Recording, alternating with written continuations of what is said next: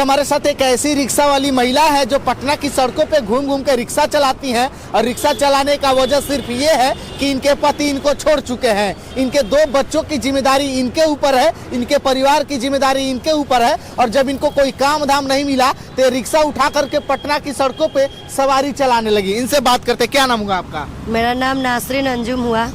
पटना की रहने वाली हैं? जी नहीं, मेरा घर सराय भगवानपुर हुआ। तो रिक्शा क्यों चलाती हैं? पटना में क्यों रिक्शा चलाती हैं आप? मेरा मजबूरी है, मेरा हस्बैंड नहीं देता है खुराकी उराकी, मेरा बच्चा को परिवार को नहीं दे रहा है, हमको या मेरा बच्चा को खुराकी उराकी नहीं देता है। इसके कारण अपना मजबूरी के हालात में अपना रिक्शा चला करके बच्चे को पढ़ाई लिखाई के लिए सोच रहे, अपने भविष्य के लिए कि आगे बच्चा को क्यों नहीं देता है पैसा?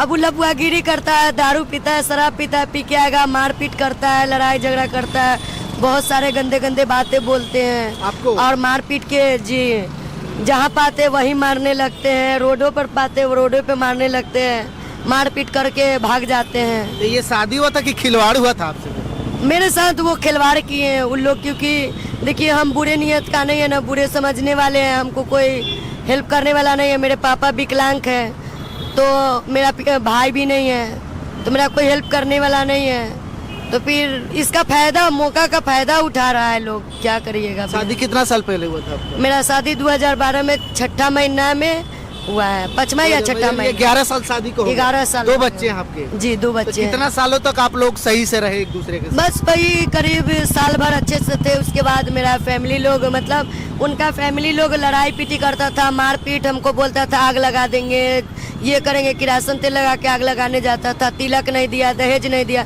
तो बताइए मेरा पापा, ठीक है अगर मेरा माँ बाप कहीं देख सुन के अगर लड़का से करता तो उसमें तिलक दहेज देता ना। मेरा माँ बाप गरीब है, कहाँ से देगा तिलक दहेज?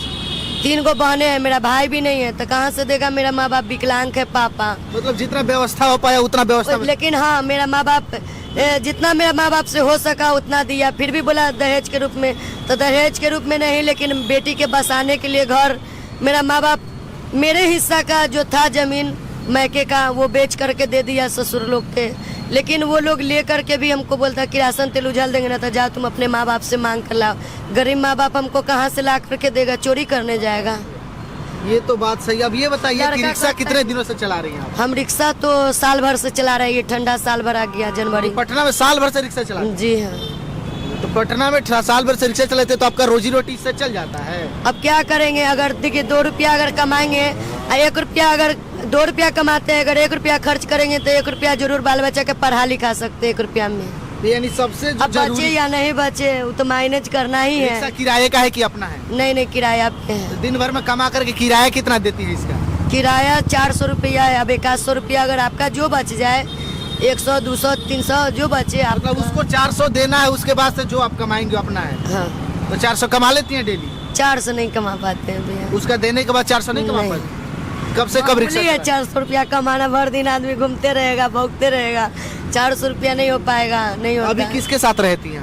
अकेले। परिवार में कौन कौन है अभी? नहीं है मेरे साथ, मेरी दीदी बगल में रहती है, लेकिन उसका भी हस्बैंड नहीं है, डेट कर गया लॉकडाउन में, तो 2 बच्चा उसका भी है, मेरी दीदी रहती है, तो हमको मन नहीं लगता अकेले रूम में, तो दीदी के पास चले जाते हैं। बच्चा सब कहाँ रहता है आपका? मेरा बच्चा नानी के पास रहता है। तो उसका पैसा यहाँ से भेजती हैं आप? हाँ जी भेजते हैं, बच्चा है तो भेजना ही है, मेरा माँ बाप कहाँ से खिलाएगा? पति से बात होता नहीं होता आपको? नहीं, फोन करता है, रिकॉर्डिंग भी उसको रखे हुए, हम बोलते हैं उसको कि खर्चा उर्चा भेजिए, मेरा पैसा लेकर के चल गया, वो भी बोलते हैं आता है और मेरा वाला पैसा भी लेकर के भाग जाता है। 2000 3000 जो भी रखे रहते हैं, नुके चुपे से रखे रहते हैं, वो भी लेकर के भाग जाता है। कैसे उसको पता कैसे चल जाता है? मतलब आता है यहाँ ना, 1 2 साल पर अगर आएबो करेगा ना, तो मुंबई से आता है, फुसला उसला लेगा, बला फुसला करके हमको बोला हम दे देंगे, फिर दे दो ना, हम फिर भेज देंगे, ऐसे करके ले जाता है। मेरा फैमिली लोग से भी झूठ बोल के ले लेता है।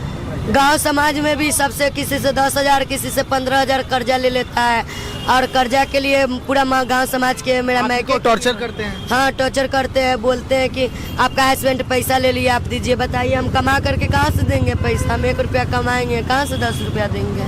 सही बात है। अच्छा ये बताइए, 1 साल से रिक्शा चला रही हैं, आपको आगे वाली सीट पर किसको बैठाते हैं, लड़का क्योंकि लड़की को? देखिए, लड़का और लड़की में कोई अंतर नहीं है भैया। अगर हम सही रहेंगे तो मेरा कोई भी कुछ नहीं कर सकता। तो सब लड़के बैठते हैं तो बदतमीजी नहीं करते हैं? जी नहीं, बदतमीजी नहीं 1 साल में कभी हाँ, अगर कोई ऐसा है पब्लिक जो मतलब कस्टमर जो बैठ गया तो कोई भाड़ा के लिए कचकच करने लगता है। 2 नंबर के धंधा करने वाला आदमी को क्या कहिएगा, उसको हम सीधे बोलते हैं अगर नहीं देना है भाड़ा तो नहीं दीजिए, लेकिन माफी मांगते हैं आप चल जाइए यहाँ से। आगे वाले सीट पे लड़का लड़की किसी को बैठा किसी को भी। जी, तो दिन भर में कब से कब रिक्शा चलाती हैं आप? हम चलाते हैं वही 10 बजे 11 बजे निकालते हैं, 4-5 बजे खड़ा बंद करते हैं। जी, ये क्योंकि बताइए लेडीज तो है, हमको डर लगता है नशा पानी में। जे इज्जत बचाने के लिए हम कमा रहे रोड पे। अगर मेरा इज्जत चल जाएगा, ठीक है मेरा पति नहीं है लेकिन मेरा पति का इज्जत तो चल जाएगा ना। कल होकर के कोई भी आदमी कहेगा, मेरा सास ससुर का इज्जत चल जाएगा, कोई कहेगा कि देखो उसके साथ ऐसा ऐसा हुआ है। इज्जत बनाने में बहुत कठिन लगता, समय लग जाता है, लेकिन इज्जत लुटाने में बहुत समय नहीं लगेगा, तुरंत लुटा जाएगा। तो खाना वाना कौन बनाता है? खाना बस होटल में अगर मन कर जाता है तो दिन भर तो गाड़ियाँ चलाते रहते हैं, तो फिर सुबह में आते हैं तो दीदी कर रहते हैं तो खाना खा के वहाँ से आते हैं, और नहीं तो फिर अपना होटल में खा लेते हैं। रिक्शा चलाना अब सीखी है कि पहले से सीखी थी? नहीं, अब सीखे हैं, साल भर पहले सीखे हैं। उससे पहले हम हॉस्टल में घर में काम करते थे, कोठी उठी में काम करते थे। झाड़ू पोछा में? जी, झाड़ू पोछा नहीं किए भैया, अगर झाड़ू पोछा वाला नहीं आता है काम, खाना उना बनाने वाला काम किए जी। तो उसके बाद से इसको काम को बोर्डिंग रोड में काम करते थे हम। और उसके बाद से रिक्शा चला? हमको नहीं पोसाता था क्योंकि घर में हम काम करते थे, महीना लगता था, उसके बीच में बच्चा का तबीयत खराब हो गया तो सब मालिक मलकिनी एक ही नहीं ना होता है, मेरा पैसा समय से नहीं मिल पाता था। ठीक है, मेरा कहने का मतलब है कि हम 1 ही रुपया कमाए लेकिन मेरा समय पे दे दीजिए। बच्चा का मेरा बहुत सीरियस हो गया था, नहीं दिया पैसा, हम बहुत मजबूर हो गए थे, तो हम कर्जा लेकर के सूद पे लेकर के हम बच्चा को दिखाएं, नहीं दिया। उसी समय हम कहें कि नहीं हम गाड़ी सीख लेते, कम से कम 1 रुपया कमाएंगे तो बच्चे का इलाज करा सकते हैं ना, चाहे अपने शरीर को देखभाल कर सकते हैं ना, इसीलिए। अच्छा ये बताइए, मेरा रिक्शा जीवन बहुत ज़्यादा कठिन है लेकिन।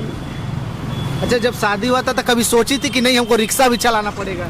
जी नहीं, कभी नहीं सोचे थे भी नहीं। मम्मी पापा के यहाँ, भले मेरा मम्मी पापा गरीब थे लेकिन मेरा घर से कदम कभी नहीं निकला था कुमार में।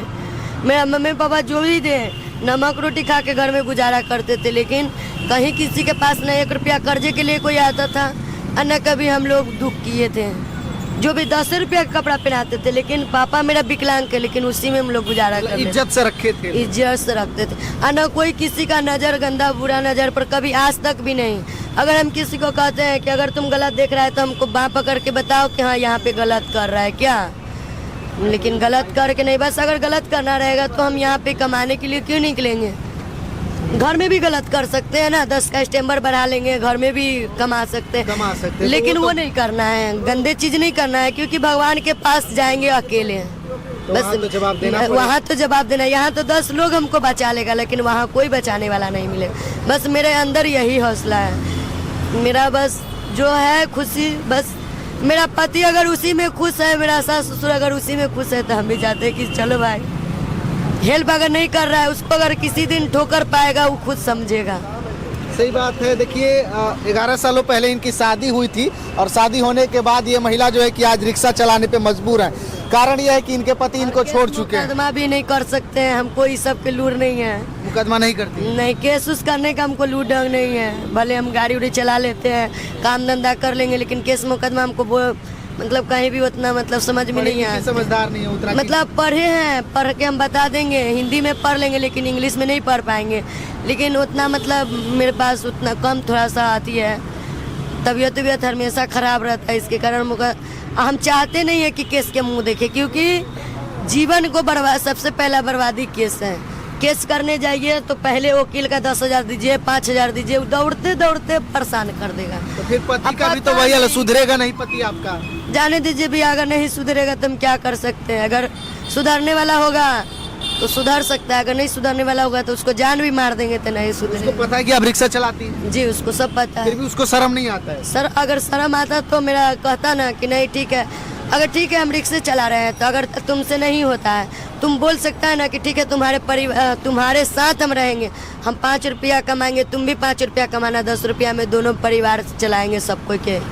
हम ये नहीं बोलते कि आप अपना माँ बाप के छोड़ दीजिए चाहे मेरा माँ बाप के छोड़ दीजिए। मेरा भी माँ बाप है, उसका भी खुशी था, जब खुशी उजाड़ दिए, आ करके घर से भाग करके आए अपना घर से, हमको लाइफ भी बर्बाद कर दिए ना।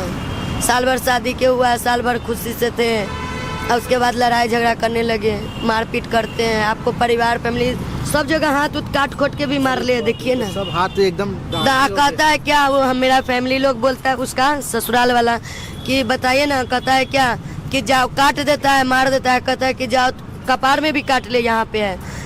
बोला क्या कि जाओ तुम केस करोगी ना, कर दो, हमको कुछ नहीं, हमको कोई कुछ नहीं कर सकता है। एक बार किए थे ऐसे, हमको सब बोला कि चलो हम हेल्प कर सकते हैं, हम बोले जाएंगे, गए तो मतलब ऐसे मैनेज करवा लिया उन लोग। हम ज़्यादा आगे नहीं बढ़ पाएंगे केस मुकदमा के मामले में। और आप पढ़ना भी नहीं चाहती हैं? हम नहीं चाहते ये सब करना। तो फिर वो सुधरेगा कैसे? अब पता नहीं, अगर उनका सुधरना होगा तो फिर सुधरेंगे, नहीं तो बुढ़ापा के जब शरीर आएगा तभी मौज मस्ती कर रहे हैं। लेकिन जब किसी के लड़की के चक्कर में पड़ेंगे, कहीं ठेस लगेगा तो कहीं सुधर जाए। अभी आपके ऊपर कितने लोगों की जिम्मेदारी है? कौन कौन लोगों का खर्चा आप अपने घर में चलाती हैं? बस मेरा बच्चा है, 2 बच्चा है, अपना चलाते हैं। आपके मम्मी पापा? मम्मी पापा हैं, लेकिन मम्मी पापा अपना खुद से उतना कर लेते हैं। कर लेते हैं। पापा तो विकलांग है ना? विकलांग है, लेकिन फिर भी मतलब 10 रुपए चना कमा लेते हैं। चना बेचते, भूजा बेचते हैं, ट्रेन में भूजा बेचते हैं? भूजा बेचते हैं। पिताजी आपके? जी। अरे बाप रे, देखिए सच में जो है कि ये सब कहानियां देख करके दिल एकदम जो है कि भावुक हो जाता है। रिक्शा जो है कि आज भी ये चलाने पे मजबूर है, और मजबूरी का कारण ये है कि ये जो है कि इनके पति छोड़ चुके हैं। बाकी आप लोग जो है कि इनके बारे में क्या सोचते हैं, अपनी प्रतिक्रिया वीडियो के कमेंट बॉक्स में ज़रूर दीजिएगा, शेयर कीजिएगा। बहुत धन्यवाद।